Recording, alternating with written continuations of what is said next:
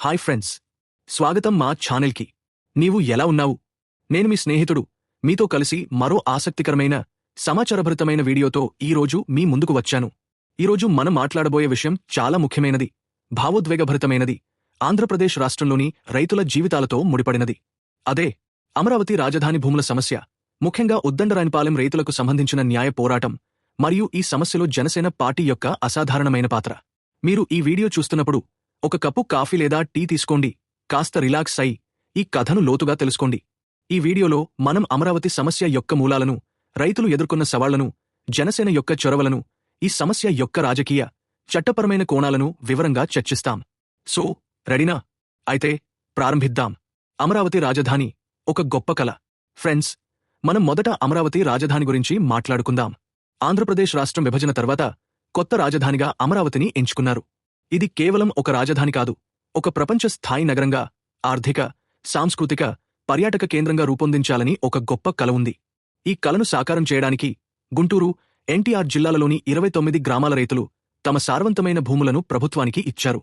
దాదాపు 33,000 ఎకరాల భూమిని ల్యాండ్ పూలింగ్ స్కీమ్ కింద ప్రభుత్వం తీసుకుంది. ఈ భూములు సాధారణ భూములు కాదు ఫ్రెండ్స్, ఇవి కృష్ణానది తీరంలోని అత్యంత సారవంతమైన భూములు. ఈ భూముల్లో రైతులు బియ్యం, అరటి, పసుపు, మొక్కజొన్న వంటి పంటలు పండించేవారు. వారి జీవనాధారం ఈ భూములే. అయినా అమరావతిని ఒక గొప్ప రాజధానిగా మార్చాలనే ఆశతో వారు తమ భూములను ప్రభుత్వానికి అప్పగించారు. ఈ ల్యాండ్ పూలింగ్ స్కీమ్ ద్వారా రైతులకు పరిహారం, అభివృద్ధి చేసిన ప్లాట్లు, ఇతర సౌకర్యాలు అందిస్తామని ప్రభుత్వం హామీ ఇచ్చింది. ఉద్దండరాయనిపాలెం ఒక సంకేతం. ఇప్పుడు మనం ఉద్దండరాయనిపాలెం గురించి మాట్లాడుకుందాం. ఈ గ్రామం అమరావతి రాజధాని ప్రాజెక్టులో ఒక ముఖ్యమైన కేంద్రం. 2015 అక్టోబర్ 22న భారత ప్రధానమంత్రి నరేంద్ర మోడీ గారు, అప్పటి ముఖ్యమంత్రి చంద్రబాబు నాయుడు గారు, ఇతర ప్రముఖులతో కలిసి ఉద్దండరాయనిపాలెంలో అమరావతి రాజధాని శంకుస్థాపన చేశారు. ఈ గ్రామంలోని ఒక రైతు, కోటేశ్వరరావు గారు, తన 5 ఎకరాల భూమిని ఇచ్చారు. ఇది శంకుస్థాపన స్థలంగా ఎంచుకోబడింది. ఇది రైతుల త్యాగానికి ఒక సంకేతంగా నిలిచింది. కాని ఫ్రెండ్స్, ఈ గొప్ప కల త్వరలోనే రైతులకు ఒక పీడకలగా మారింది. 2019లో వైఎస్ఆర్ కాంగ్రెస్ పార్టీ అధికారంలోకి వచ్చిన తర్వాత అమరావతిని రాజధానిగా కొనసాగించడం కాకుండా 3 రాజధానుల ప్రతిపాదనను తెచ్చారు. అమరావతిని శాసన రాజధానిగా, విశాఖపట్నంను కార్యనిర్వాహక రాజధానిగా, కర్నూలును న్యాయ రాజధానిగా ప్రకటించారు. ఈ నిర్ణయం రైతులకు ఒక షాక్ లాంటిది. వారు తమ భూములు ఇచ్చిన ఉద్దేశం, అమరావతిని ఒక గొప్ప రాజధానిగా చూడాలనే కల చెదిరిపోయింది. రైతుల ఆవేదన. ఈ 3 రాజధానుల ప్రతిపాదన వల్ల రైతులు ఎన్నో సమస్యలను ఎదుర్కొన్నారు. ముఖ్యంగా ఉద్దండరాయనిపాలెం రైతులు తమ భూములకు సరైన పరిహారం అందలేదని, అభివృద్ధి చేసిన ప్లాట్లు ఇవ్వలేదని ఆవేదన వ్యక్తం చేశారు. ల్యాండ్ పూలింగ్ స్కీమ్ కింద హామీ ఇచ్చిన సౌకర్యాలు, రోడ్లు, తాగునీరు, విద్యుత్, డ్రైనేజీ వంటివి అందలేదు. అమరావతి ప్రాజెక్టులో పనులు ఆగిపోయాయి. రోడ్లు, భవనాల నిర్మాణం స్తంభించిపోయాయి. దీనివల్ల రైతులు తమ జీవనాధారాన్ని కోల్పోయి ఆర్థిక ఇబ్బందుల్లో కూరుకుపోయారు. ఒక రైతు, కోటేశ్వరరావు గారు, ఒక ఇంటర్వ్యూలో ఇలా అన్నారు: మేము మా భూములు ఇచ్చినప్పుడు అప్పటి ప్రతిపక్ష నాయకుడు జగన్మోహన్ రెడ్డి గారు అమరావతిని రాజధానిగా సమర్థిస్తున్నారని చెప్పారు. ఆ హామీతోనే మేము భూములు ఇచ్చాం. కాని ఇప్పుడు అమరావతిని వదిలేసి 3 రాజధానులు అని చెబుతున్నారు. మా జీవితాలు గాలిలో కొట్టుకుపోయాయి. ఈ మాటలు రైతుల ఆవేదనను స్పష్టంగా చూపిస్తాయి. జనసేన పార్టీ యొక్క ఆవిర్భావం. ఇక్కడే జనసేన పార్టీ రైతుల పక్షాన నిలిచింది. జనసేన పార్టీ పవన్ కళ్యాణ్ గారి నాయకత్వంలో 2014 మార్చి 14న స్థాపించబడింది. ఈ పార్టీ యొక్క ప్రధాన లక్ష్యం ప్రజల హక్కుల కోసం పోరాడటం, ప్రభుత్వంలో అవినీతిని ప్రశ్నించడం, సామాజిక న్యాయం కోసం నిలబడటం. జనసేన యొక్క సిద్ధాంతాలు లేదా జనసేన సిద్ధాంతాలు సమాజంలోని అన్ని వర్గాలకు సమాన అధికారం, న్యాయం అందించడంపై ఆధారపడి ఉంటాయి. పవన్ కళ్యాణ్ గారు తన సినిమా జీవితంతో పాటు రాజకీయంగా కూడా ప్రజల సమస్యలను లేవనెత్తడంలో ముందుంటారు. ఉద్దండరాయనిపాలెం రైతుల సమస్యను ఆయన తన గుండెల్లో పెట్టుకున్నారు. రైతులకు సరైన పరిహారం అందకపోవడం, అమరావతి అభివృద్ధి ఆగిపోవడం వంటి సమస్యలను జనసేన బలంగా లేవనెత్తింది. జనసేన యొక్క చొరవలు. జనసేన పార్టీ అమరావతి రైతుల సమస్యను రాజకీయ, చట్టపరమైన, సామాజిక కోణాల్లో ఎలా ఎదుర్కొందో ఇప్పుడు చూద్దాం. 2018లో జనసేన అమరావతి రైతుల సమస్యను తీవ్రంగా పరిగణించింది.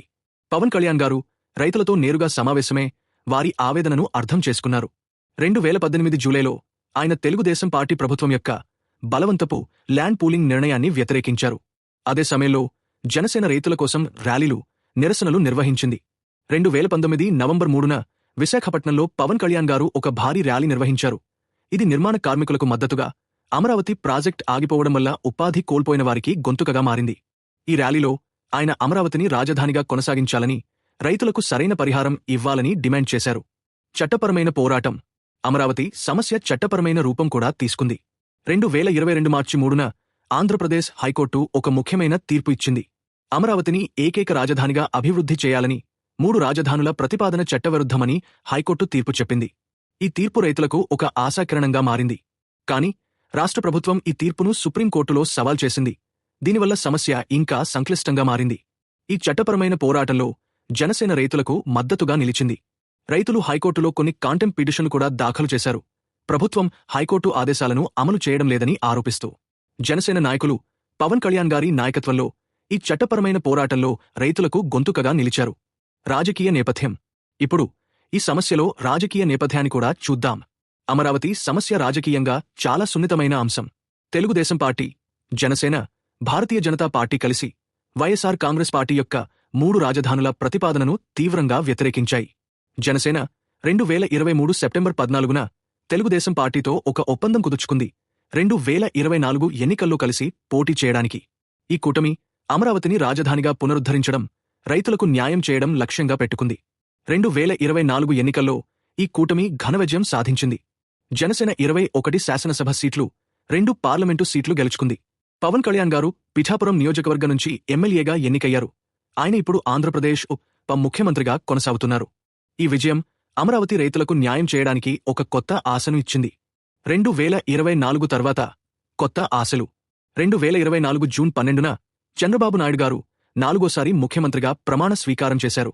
ఆయన అమరావతిని రాజధానిగా కొనసాగిస్తామని, రైతులకు న్యాయం చేస్తామని ప్రకటించారు. ఈ ప్రకటనతో 1631 రోజుల పాటు సాగిన అమరావతి నిరసనలు ముగిశాయి. ఇది రైతులకు ఒక గొప్ప విజయంగా నిలిచింది.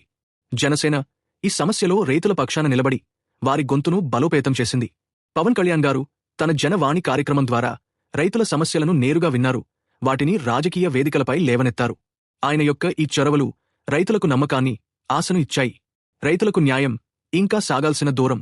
అయితే ఫ్రెండ్స్, ఈ పోరాటం ఇంకా పూర్తి కాలేదు. అమరావతిని రాజధానిగా పునరుద్ధరించడం ఒక మంచి అడుగు అయినా, రైతులకు సరైన పరిహారం, అభివృద్ధి చేసిన ప్లాట్లు, హామీ ఇచ్చిన సౌకర్యాలు అందించడం ఇంకా జరగాలి. జనసేన ఈ దిశగా కృషి చేస్తోంది. పవన్ కళ్యాణ్ గారు రైతుల సమస్యలను ప్రభుత్వం దృష్టికి తీసుకెళ్తున్నారు. వారికి న్యాయం జరిగే వరకు పోరాడతామని హామీ ఇచ్చారు. ముగింపు. ఫ్రెండ్స్, ఇది అమరావతి రైతుల న్యాయ పోరాటం యొక్క కథ. ఉద్దండరాయనిపాలెం రైతులు తమ భూములను ఇచ్చి ఒక గొప్ప కలను నిజం చేయాలని ఆశించారు. కాని రాజకీయ నిర్ణయాల వల్ల వారి కలలు చెదిరిపోయాయి. అయినా జనసేన పార్టీ పవన్ కళ్యాణ్ గారి నాయకత్వంలో వారికి అండగా నిలిచింది. రైతుల గొంతును బలోపేతం చేసింది. చట్టపరమైన, రాజకీయ పోరాటాల్లో వారికి మద్దతు ఇచ్చింది. ఈ వీడియో మీకు నచ్చినట్లయితే లైక్ చేయండి, షేర్ చేయండి, మా ఛానల్ను సబ్స్క్రైబ్ చేయండి. బెల్ ఐకాన్ను క్లిక్ చేయడం మర్చిపోవద్దు. రాబోయే వీడియోలు మీకు నోటిఫికేషన్గా వస్తాయి. మీరు ఈ సమస్య గురించి ఏమనుకుంటున్నారు? అమరావతి రైతులకు న్యాయం జరుగుతుందని మీరు భావిస్తున్నారా? మీ అభిప్రాయాలను కామెంట్స్లో తెలియజేయండి. మళ్ళీ కొత్త వీడియోతో మీ ముందుకు వస్తాను. అప్పటివరకు జాగ్రత్త. By by.